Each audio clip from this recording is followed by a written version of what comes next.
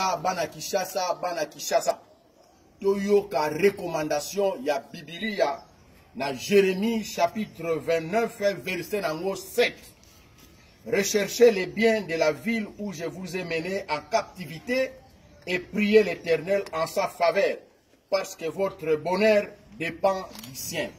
Donc, Bana Kishasa, Tozana Kishasa mi balete. Soki totie kaka boyo kanipe bolingo volonté zali, toko déplacer bangomba, même ba foule, biloko nyonso o etondi na ba kanivo ezo pesa salite na Kishasa, ba foule nini tout ça, soki volonté zali, soki to mitiki na maboko ya Nzambe, toko longola yango, ba moyen zali, ba moyen ba lukaka yango, na ba stratégie, ba mobilisation à recette et yaka na mayele, ba moyen zali.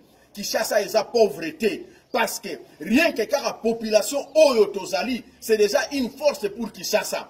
Congo, Brazzaville, Centrafrique, Rwanda, Burundi, Gabon. Au Sansi, la population dans l'Union sont nés à Kishasa. Les loyaux, ceux qui Chine comme Chine, et Bandelina nous pour la population la Bango. Force Tozana Yango. Totia kaka volonté. Mutu ayiba lisusu biso bonheur na biso te. Bon se laisser faire te. Batu baloba te. Bana Kishasa to telema. Mutu amone la susu Kishasa te. Mutu anyoko la susu Kishasa te. To telema Nzambe azana biso deja si atindiki biso. Biso moko to sala poete Kishasa koma boy. To sous-estimer susu Kishasa te.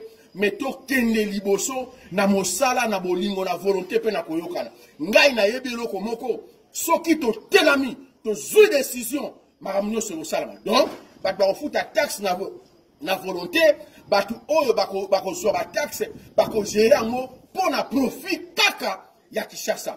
Donc toza la bazobati to la late kino aza mutu atimba yebela vision Kishasa oyo le kaki mbala oyo toko se laisser faire encore te Kishasa simba makaka bakacha ngo na maboka batu fini biloko Chris Benoit na Kishasa oyo bakacha Chris Benoit sidi to telema miso efungwama to sala pona Kishasa to tangola pona Kishasa parce que mboka ya mapamboli na biso ndeja Kishasa toni komona Kishasa propre toni komona Kishasa bambouteillage sila toni komona Kishasa ba caniveau nyonso ezala kire toni komona Kishasa ba nzele salama toni komona Kishasa ba wenza propre ekota na esprit ya bien yango wana telemisa esprit ya batu nyonso moko ala la supongite tozana bino mayele kota mutanda merci à trop.